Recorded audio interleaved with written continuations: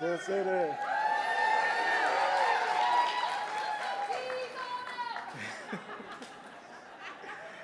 How's everybody doing? It's great to see all these people all these people who are here to hear me talk. So I appreciate that.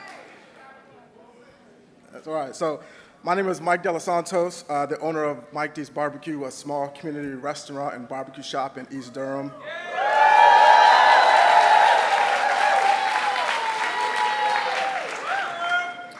I'm a husband, a proud father, and I'm here today to talk about what's at stake for our families and our communities in this upcoming election, and what is possible if we elect Vice President Kamala Harris.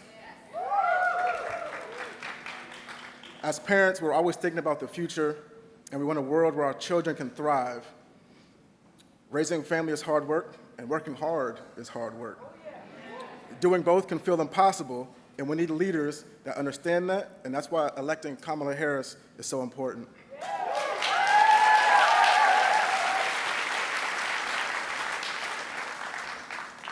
Vice President Harris is standing up for families and fighting to lower costs, just like she has done her entire career. She sees what folks are going through, like the families in my community who are struggling to pay bills, stretching a budget to afford groceries, scrambling to afford medication to live. Access to affordable health care is personal to my family. In 2012, our son Aaron passed away after bravely battling hypoplastic left heart syndrome. That's why it means so much to me that the Vice President is working to make sure everyone can get access to the care they need.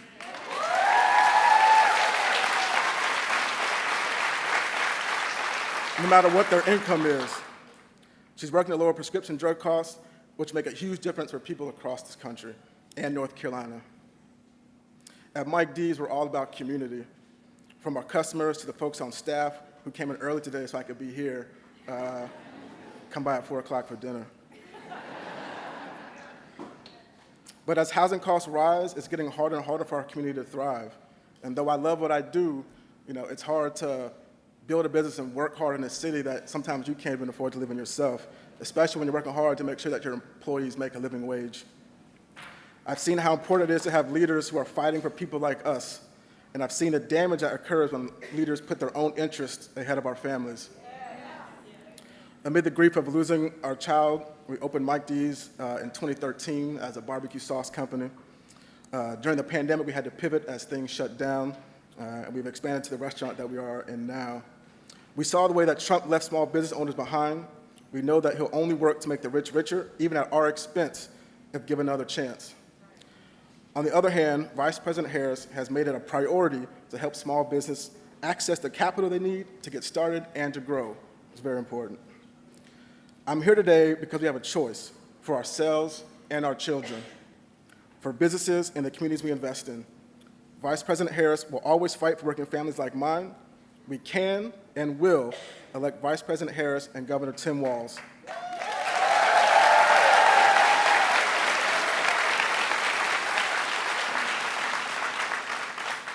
It is my honor to introduce the next President of the United States, Kamala Harris.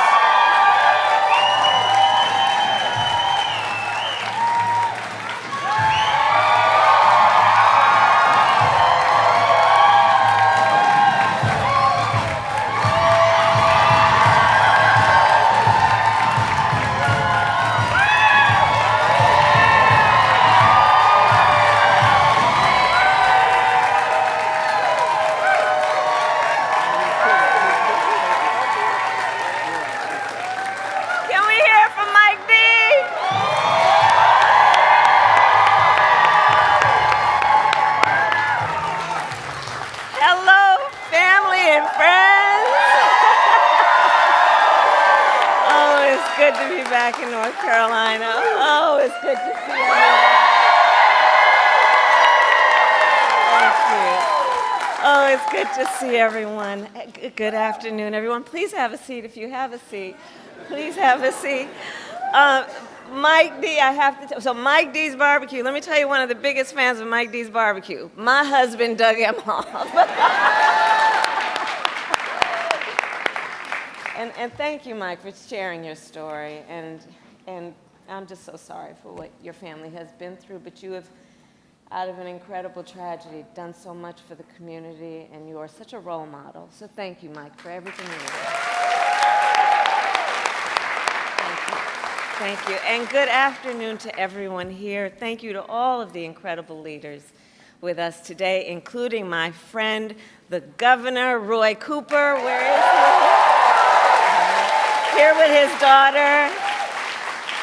Every time I land in North Carolina, I'm just literally coming down the stairs of Air Force Two, I will shout to Roy Cooper, "What number is it, Roy?" And today he shouted 16, which is the number of times I've been in this beautiful state since I've been vice president. Every time. I want to thank your next governor, Attorney General Josh Stein. He's doing incredible work. He's going to be an extraordinary governor. Representatives Adam, Manning, Foushee, and Nickel, thank you all for your support, for your friendship, for your leadership. Chair Thomas of the Wake County Board of Commissioners, thank you for all that you do. And to all the leaders that are here today, including the students and instructors here at Wake Tech North. Thank you. Thank you. So thank you all. So listen, this election, I do strongly believe, is about two very different visions for our nation. One, ours, focused on the future, and the other, focused on the past. We see that contrast clearly in many ways, including when it comes to how we think about the economy. So our country has come a long way since President Biden and I took office. At that time, we sadly remember the millions of Americans that were out of work. We were facing one of the worst economic crises in modern history. And today, by virtually every measure, our economy is the strongest in the world.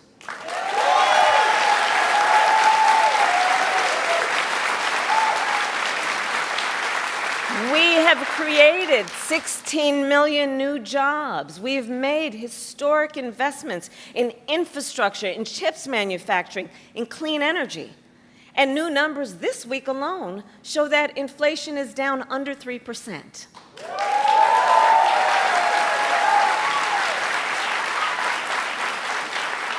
And as President of the United States, it will be my intention to build on the foundation of this progress. Still, we know that many Americans don't yet feel that progress in their daily lives. Costs are still too high. And on a deeper level, for too many people, no matter how much they work, it feels so hard to just be able to get ahead. As president, I will be laser focused on creating opportunities for the middle class that advance their economic security, stability, and dignity. Together, we will build what I call an opportunity economy. An opportunity economy. An economy where everyone can compete and have a real chance to succeed. Everyone, regardless of who they are or where they start, has an opportunity to build wealth for themselves and their children, and where we remove the barriers to opportunity so anyone who wants to start a business or advance their career can access the tools and the resources that are necessary to do so.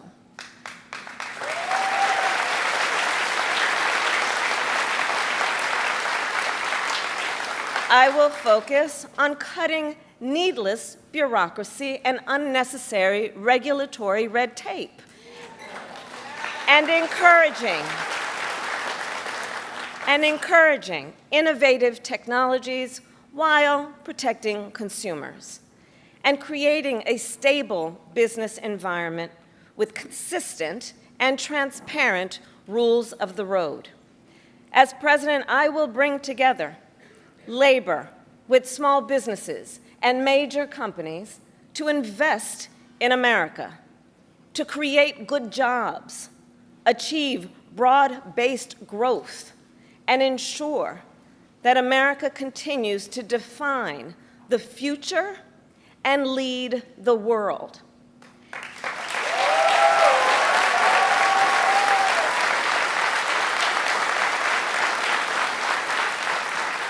And key to creating this opportunity economy is building up our middle class. It is essential. The middle class is one of America's greatest strengths. And to protect it, then, we must defend basic principles, such as your salary should be enough to provide you and your family with a good quality of life.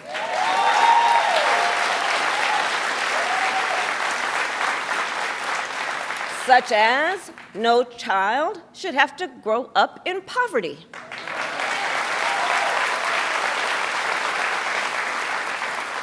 Such as after years of hard work, you should be able to retire with dignity. And you should be able to join a union if you choose. Building up the middle class will be a defining goal of my presidency, because I strongly believe when the middle class is strong, America is strong.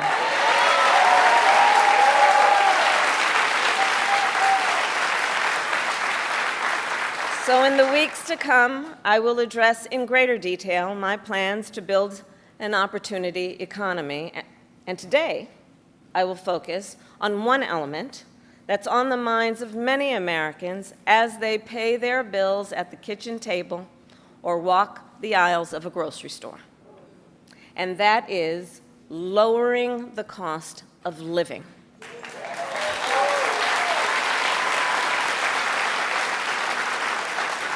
So every day across our nation, families talk about their plans for the future, their ambitions, their aspirations for themselves, for their children. And they talk about how they're going to be able to actually achieve them financially. Because look, the bills add up. Food, rent, gas, back to school clothes, prescription medication. After all that, for many families, there's not much left at the end of the month. I grew up in a middle-class household. For most of my childhood, we were renters.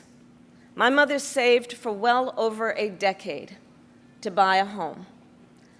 I was a teenager when that day finally came, and I can remember so well how excited she was.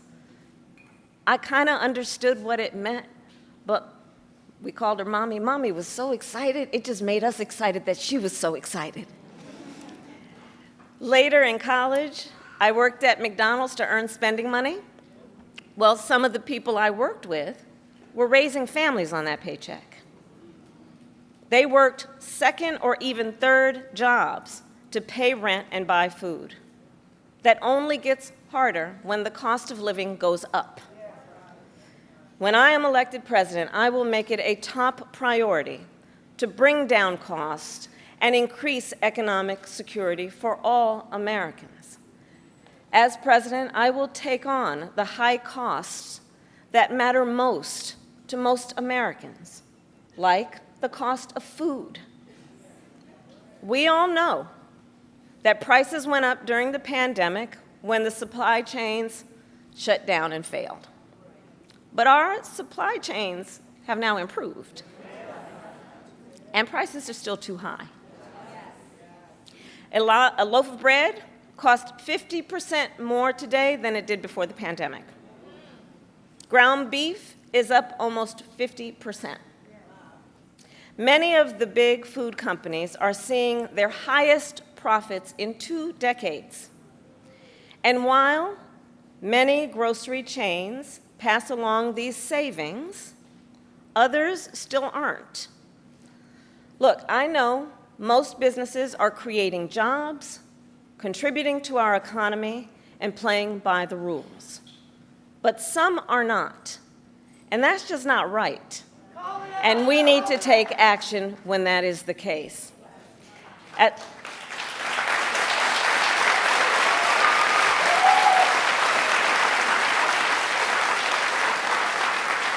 As Attorney General in California, I went after companies that illegally increased prices, including wholesalers that inflated the price of prescription medication, and companies that conspired with competitors to keep prices of electronics high.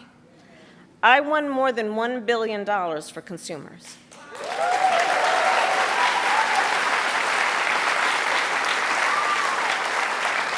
So believe me, as president, I will go after the bad actors.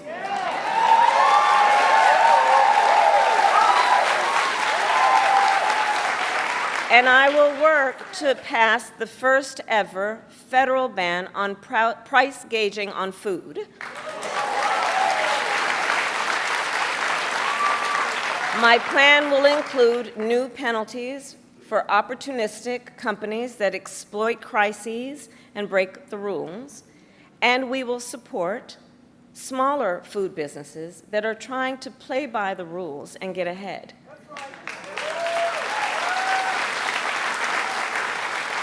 We will help the food industry become more competitive because I believe competition is the lifeblood of our economy. More competition means lower prices for you and your families.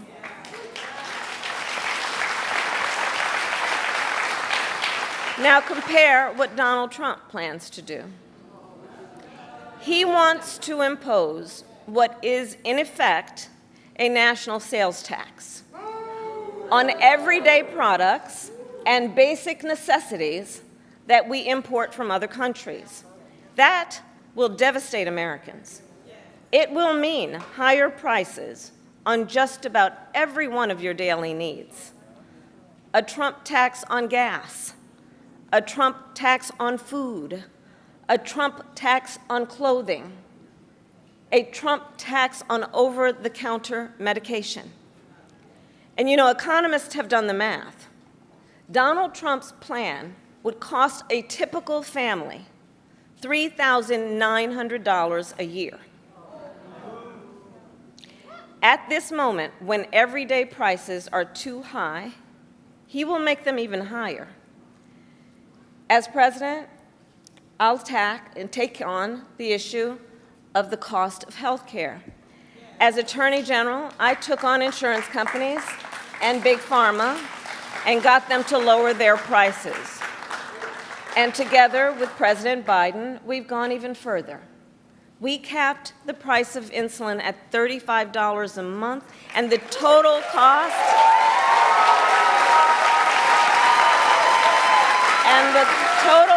of prescription drugs at $2,000 a year for seniors.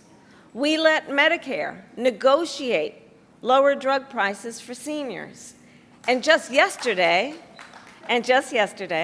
we announced that we are lowering the price by up to 80% for 10 more life-saving drugs.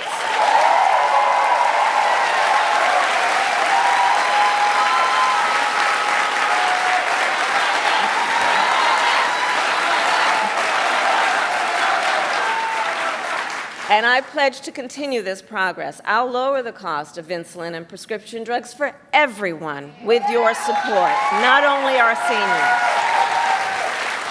And demand transparency from the middlemen who operate between Big Pharma and the insurance companies who use opaque practices to raise your drug prices and profit off your need for medicine.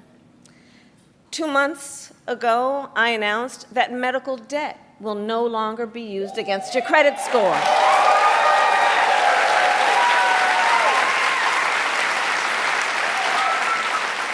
And I will work as president with states like here in North Carolina, Roy Cooper, thank you again, to cancel medical debt for more and more, millions more Americans.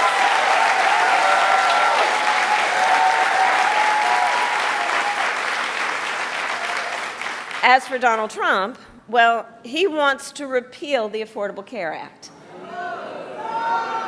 which 45 million Americans rely on. 45 million Americans rely on it for health care. That would take us back to a time when insurance companies could deny people with pre-existing conditions. We all remember what that was. And we're not going back. We're not going back. We're not going back. And remember, and this is why we're not going back, because we do remember, he tried to cut Medicare every year he was president, threatening a program that tens of millions of seniors count on. And according to his Project 2025 agenda, he intends to undo our work to bring down prescription drugs, the cost of prescription drugs, and insulin costs. Well, we've come too far to let that happen.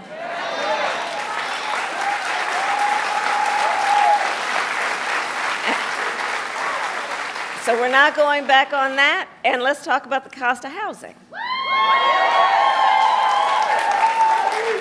So now, the housing market can be complicated, but look, I'm not new to this issue.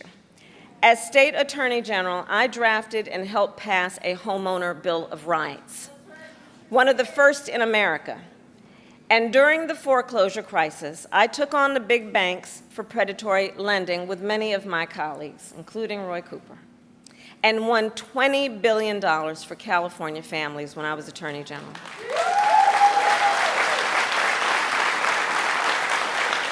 So I know how to fight for people who are being exploited in the housing market.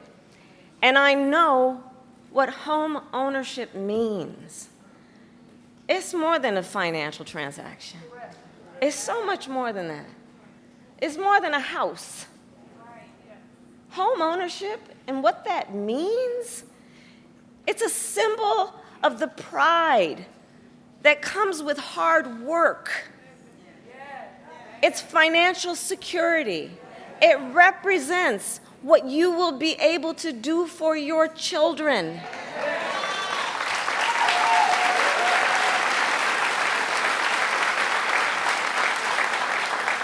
And sadly, right now, it is out of reach for far too many American families. There's a serious housing shortage. In many places, it's too difficult to build, and it's driving prices up. As president, I will work in partnership with industry to build the housing we need, both to rent and to buy. We will take down barriers and cut red tape, including at the state and local levels.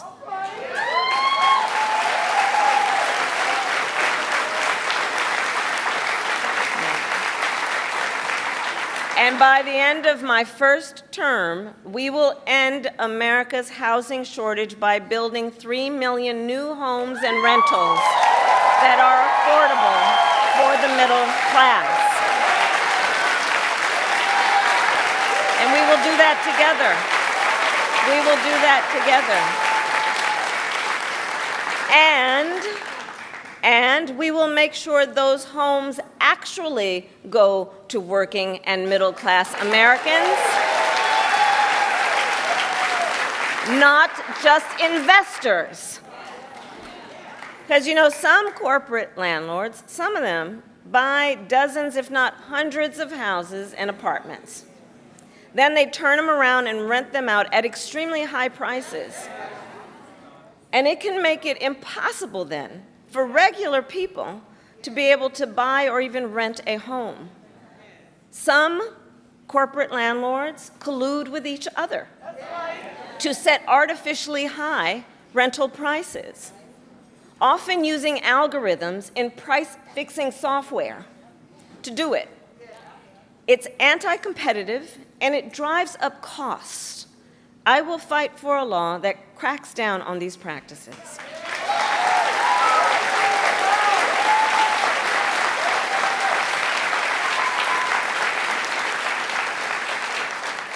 We also know that as the price of housing has gone up, the size of down payments have gone up as well. Even if aspiring homeowners save for years, it often still is not enough. So in addition, while we work on the housing shortage, my administration will provide first-time home buyers with $25,000 to help with the down payment on a new home.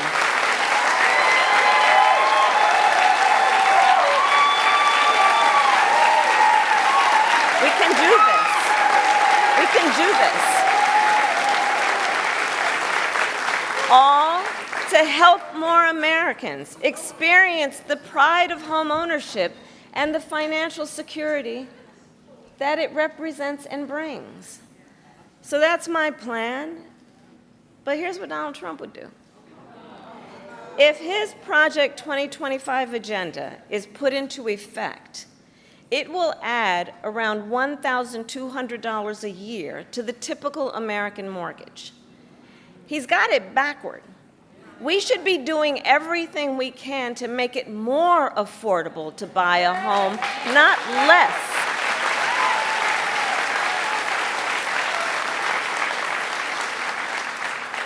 Finally, there's one more way I will help families deal with rising costs, and that's by letting you keep more of your hard-earned money.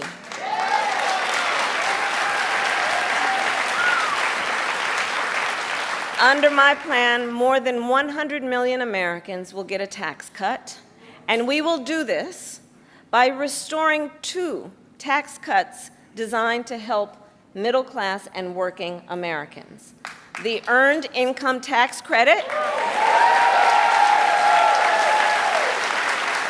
and the Child Tax Credit.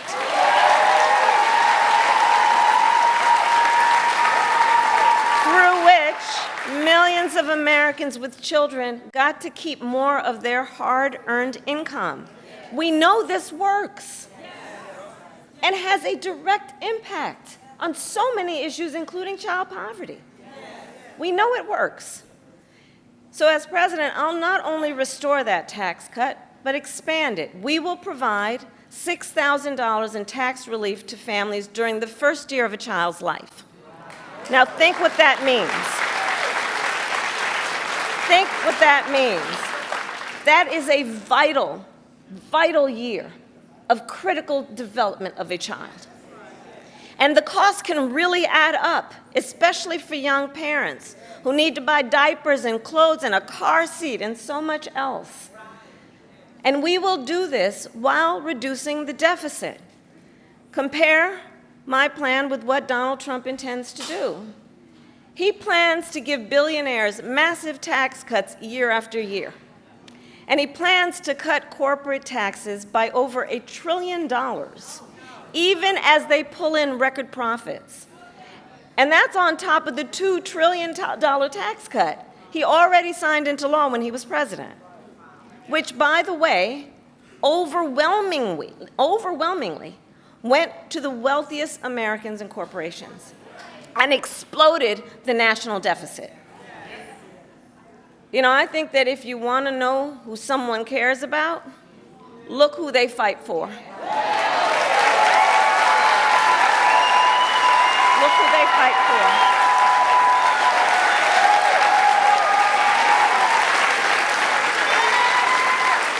Donald Trump fights for billionaires and large corporations.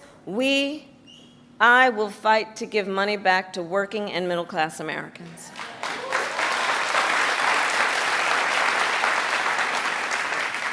So I'll end with this. 2 days ago, Donald Trump was here in North Carolina. He said he was going to talk about the economy. I think you all watched. You know what I'm about to say. But he offered no serious plans to reduce costs for middle-class families. No plan to expand access to housing or health care. And that, actually, I think for most of us, was not surprising. Because we already know his plans. We know the Project 2025 agenda. So there's a choice in this election. Donald Trump's plans to devastate the middle class, punish working people, and make the cost of living go up for millions of Americans. And on the other hand, when I'm elected president, what we will do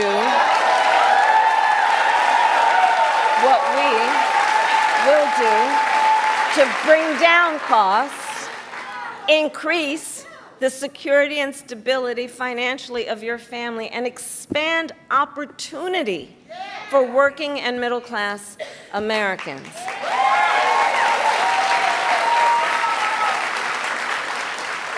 So now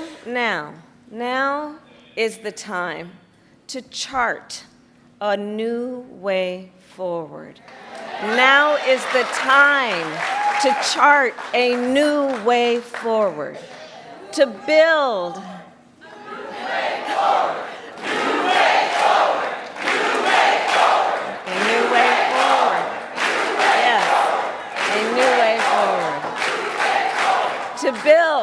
to build an America where everyone's work is rewarded and talents are valued, where we work with labor and business to strengthen the American economy, and where everyone has the opportunity not just to get by, but to get ahead. So I thank you, North Carolina. We're going to get this done. And with your help, God bless you, and God bless the United States of America. God bless you.